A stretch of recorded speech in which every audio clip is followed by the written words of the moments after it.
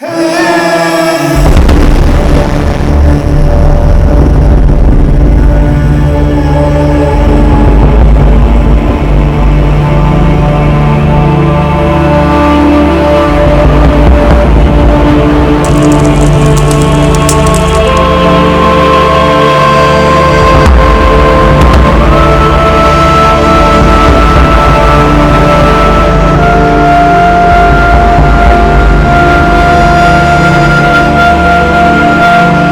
2050। पृथ्वी आज एक बहुत अलग जगह है। हमारा ग्रह जो कभी जीवन और प्रचुरता से भरपूर था, अब जलवायु परिवर्तन का सामना कर रहा है। बदलती जलवायु का प्रभाव सभी देशों पर व्यापक तौर पर पड़ा है, खासकर भारत जिसे कृषि प्रधान देशों का अगुवा माना जाता है। कभी इस साल भी आप देखेंगे बरसात कम हुआ है और एक महीना में ज्यादा हुआ है और दूसरा महीने में बहुत कम हुआ है। इसमें से फसल का बहुत सारा नुकसान हो जाता है। भारतीय किसान आज जलवायु परिवर्तन जैसे विश्वव्यापी संकट से जूझ रहे हैं। प्रकृति के कहर के आगे फसलें सूख गई हैं और किसानों का जीवन बदहाल है। जलवायु परिवर्तन इसी तरह से विभिन्न फसलों में जो कीट और रोग हैं, उनका जब तापक्रम बढ़ता है तो उनके लिए उपयुक्त तापक्रम मिलने की वजह से कभी कभी ये कीट और रोग तापक्रम बढ़ने के कारण महामारी के रूप में आ जाते हैं। इसी तरह से यदि हम देखें कि जिस समय लीची में मार्च, अप्रैल और मई में जब फल का विकास हो रहा होता है तो उसके लिए आर्द्रता मेंटेन करने की जरूरत होती है, ह्यूमिडिटी मेंटेन हो, उसके लिए तापक्रम हो। लेकिन जब अचानक सडनली तापक्रम बढ़ जाता है, अचानक तापक्रम बढ़ जाने के कारण आपने देखा होगा लीची के फलों का फटना, तेजी से फल फट जाते हैं। जिन खेतों में कभी फसलें लहलहाती थीं, आज वे इस कठोर वास्तविकता के साक्षी हैं कि इंसानों ने किस प्रकार प्रकृति का दोहन किया है। पानी जिसके बगैर जीवन की कल्पना भी असंभव है, जिस पर कृषि और किसान दोनों की निर्भरता है, आज एक मायावी खजाना बन गया है। जलाशय सूख चुके हैं। यूनाइटेड नेशंस इन्वायरमेंटल प्रोग्राम की एक एजेंसी है team, the economics of ecosystem services and biodiversity. ये बेसिकली नैरोबी में स्थित है। उनके साथ हम लोगों ने एक प्रोजेक्ट स्टार्ट किया, team agri food initiative in Uttar Pradesh, जो कि basically 5 district of Uttar Pradesh को टारगेट किया गया है। जो मेन ऑब्जेक्टिव था वो था कि क्लाइमेट चेंज का जो 2030 और 2050 में इफेक्ट होगा, जैसे इकोसिस्टम सर्विसेज के ऊपर वो क्या इफेक्ट होगा, जो कि डिफरेंट हम लोग पैकेज ऑफ प्रैक्टिसेस या कल्टीवेशन प्रैक्टिसेस अडॉप्ट करते हैं, उसका क्या इम्पैक्ट होगा, ये हमने स्टडी किया। जिस राष्ट्र की कृषि विरासत ने करोड़ों अरबों लोगों को भोजन दिया, साल 2050 में वही भारत जलवायु परिवर्तन के कारण अधर में लटके भविष्य की ओर देख रहा है। जैसे देखेंगे क्लाइमेट चेंज का जो मेन इम्पैक्ट है एग्री फूड सिस्टम पे हो रहा है, सस्टेनेबिलिटी पे हो रहा है, क्वालिटी ऑफ फूड पे हो रहा है, बायोडाइवर्सिटी के ऊपर इम्पैक्ट हो रहा है।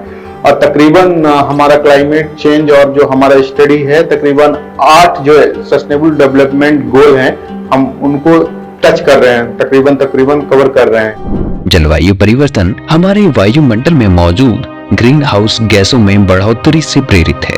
ये गैसें गर्मी को रोकती हैं, जिससे पृथ्वी का संतुलन बिगड़ता है। इसके दुष्परिणाम दूरगामी हैं, लेकिन सबसे ज्यादा नुकसान कृषि क्षेत्र को हो रहा है। ये इक्विपमेंट हमारा गैस सेंसिंग सेटअप है और इस गैस सेंसिंग सेटअप से हम जो हमारे वायुमंडल में गैस होती हैं या वैसे भी दूसरी गैस होती हैं, उनका हम सेंस करते हैं। यहाँ से हमने आजकल हाइड्रोजन सेंसिंग की है इस गैस सेंसिंग सेटअप से, उसके साथ साथ नाइट्रोजन डाइऑक्साइड, अभी हम चर्चा भी कर रहे थे, तो जैसे नाइट्रस ऑक्साइड है ऐसे ही एक गैस पोल्यूटेंट है नाइट्रोजन डाइऑक्साइड NO2 को भी हमने इस गैस सेंसिंग सेटअप की मदद से सेंस किया है।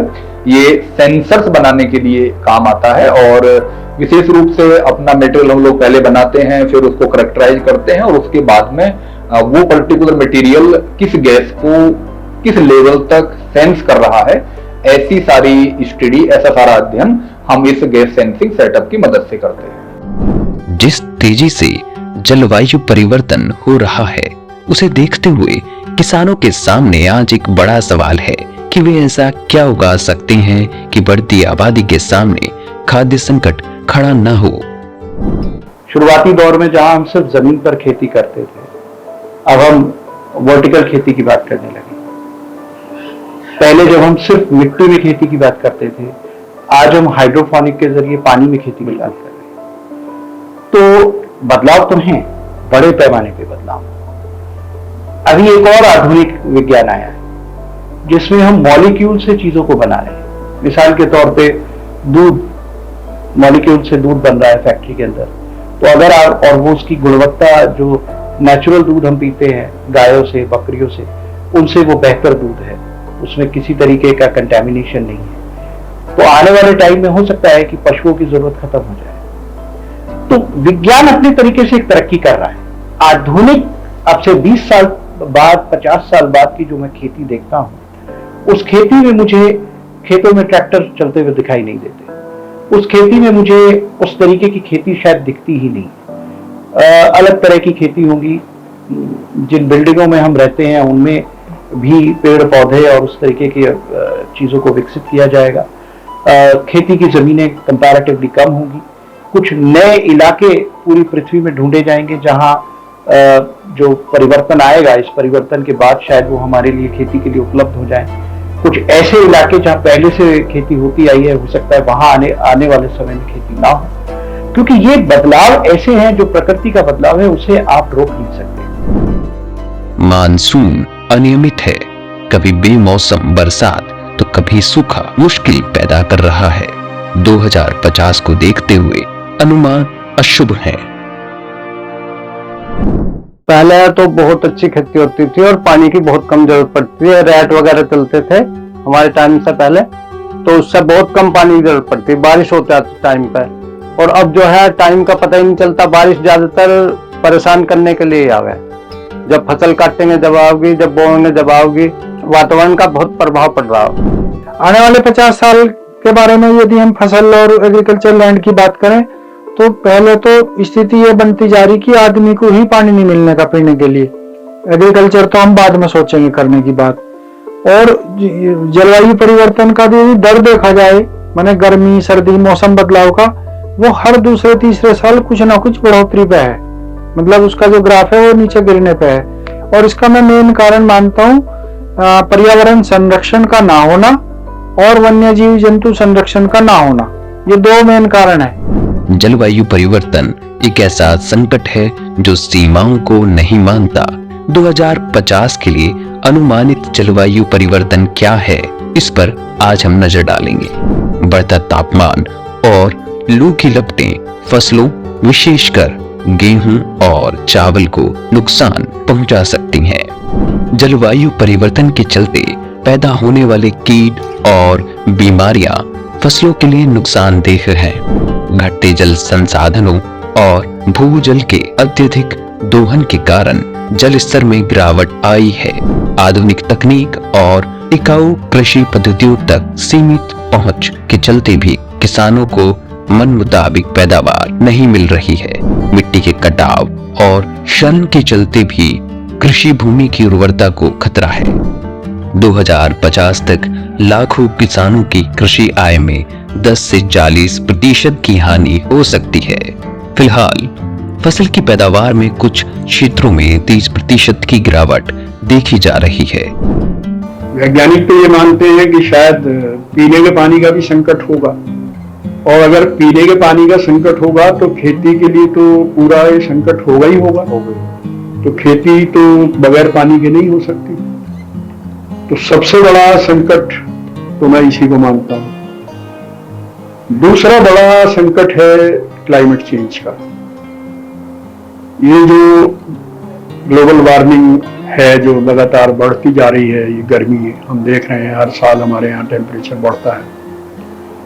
तो लगातार बढ़ता हुआ टेम्परेचर खेती नहीं होने देगा, क्योंकि खेती को एक खास टेम्परेचर चाहिए, और वो खास टेम्परेचर अगर नहीं मिलेगा तो वो फसल हम पैदा नहीं कर पाएंगे।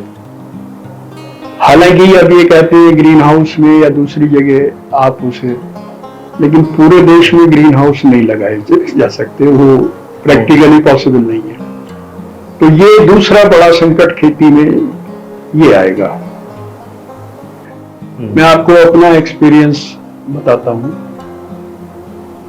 अगर हम गेहूं अक्टूबर लास्ट या नवंबर के फर्स्ट वीक में बो देते हैं, मैंने बोया पिछले साल, तो उसमें हमें प्रोडक्शन जो है वो 25 से 30 कुंटल एकड़ तक का प्रोडक्शन हमें मिल जाता है, अगर हम सब साधन हमारे ठीक है।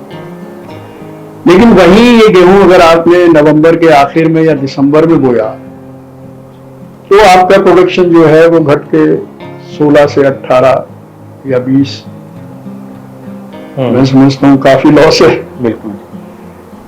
जलवायु परिवर्तन पर अगर काबू नहीं पाया गया तो साल 2050 में भारतीय कृषि का दृष्टिकोण चुनौतीपूर्ण होगा।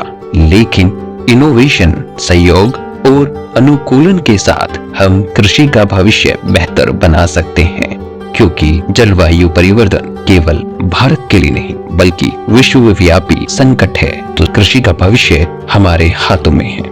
हमें रास्ते तलाशने होंगे, मिट्टी में फिर से जीवन बोना पड़ेगा, फिर से धरती को स्वर्ग बनाना पड़ेगा, फिर से सूखी नहरों तालाबों को भरना पड़ेगा, जलवायु परिवर्तन को रोकना पड़ेगा, क्योंकि हम इंसान हैं, हार नहीं सकते।